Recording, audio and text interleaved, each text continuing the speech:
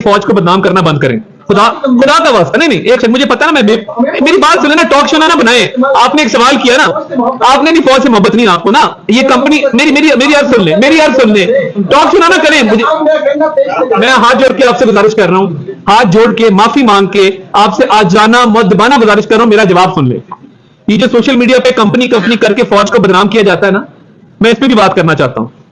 روز company نے یہ کر دیا, کمپنی نے وہ کر دیا. اسی کمپنی کے بچے ہیں جو سب ہلالی پرچم میں لپٹے ہوئے گھر آتے ہیں, اور جن کی مائیں پتہ ہوتا ہے بچہ شہید ہوا ہے, پرچم کو چومتی ہیں, آنکھوں سے لگاتی ہیں. یہ بھی اسلام آباد میں ایک پروٹیسٹ ہوا, یہ جو دہشت گردی ہے اس کے پیچھے وردی ہے. بھائی وردی والوں کا کیا قصور ہے؟ ڈالری جنگیں, اب آپ اندازہ کریں کہ بے وقوف کیسے لوگوں کو بنایا جا رہا ہے. ڈالری جنگیں, آخری ڈالر ملٹری ایڈ میں پاکستان کب آیا تھا مجھے آپ بتا دیں. مشرف دور کے بعد ملٹری ایڈ میں $1 پاکستان آیا, مجھے بتا دیں. یہ کہنا کہ دہشت گردوں کو میں اس پہ بات کرنا چاہتا ہوں, میں آپ کا تفصیلی جواب دوں گا, آپ کی پوری تسلی کراؤں گا. میں اس پہ بھی آ رہا ہوں, جو آپ نے کیا نا, میرا جواب لے لیں. میں آڈیو لیز پہ آ رہا ہوں. نہیں میں ایک سیکنڈ نا, کیونکہ ابھی بات کی نا کمپنی کی, تو میں نہیں وہ اس نے کمپنی کی بات کی نا, اس پہ بھی آتا ہوں میں, اس پہ بھی آتا ہوں.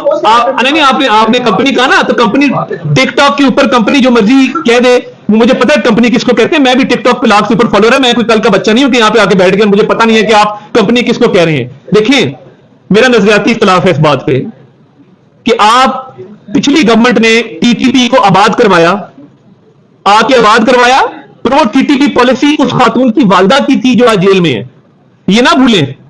اور دہشت گردوں کے ہاتھ میں روز تابوت گھروں میں آتے ہیں. ہمت ہے ان لوگوں کی کہ جن کے بچے سینوں پہ گولیاں بھی کھا لیتے ہیں, زخمی بھی ہوتے ہیں, اور وہ پرچم کو پھر بھی چومتے ہیں. یہ کیا جذبہ ہے؟ یہ کہاں سے آتا ہے جذبہ؟ اور آپ یہاں پہ کہتے ہیں جی دہشت گردی کے پیچھے وردی ہے, اور آپ کہتے ہیں کہ جی یہ ڈالری جنگیں ہیں. بھائی آپ کے لیڈر نے, آپ کی والدہ کی کابینہ نے ٹی ٹی پی کو واپس آباد کروایا. اور دیکھیں جہاں تک بات ہے میاں نواز شریف کی, گجرانوالہ کے جلسے میں کیا کہا, آج تک بلو دا بیلٹ ہٹ کیا مجھے بتا دیں. کہا کہ نیوٹرل ہونا ہماری ڈیمانڈ ہے. جس نے نیوٹرلٹی آئی ہم خاموش ہو گئے. یہ جماعت جس طرح بنی تھی نا, ادھر ادھر سے لوگ توڑ کے, کہیں کی اینٹ کہیں کا روڑا, خان متی نے کنبا جوڑا, تو یہ کنبا کو راتوں رات فطری عمل کے طور پہ نہیں بنا تھا. اور وہ موجودہ لوگ آپ کو پتا جنہوں نے جوڑا تھا. دوسری بات, آڈیوز کے بارے میں ایک شخص جس کا نام قاضی فائزی صاحب, اس نے منت کی, اس کے خلاف ریفرنس بنایا.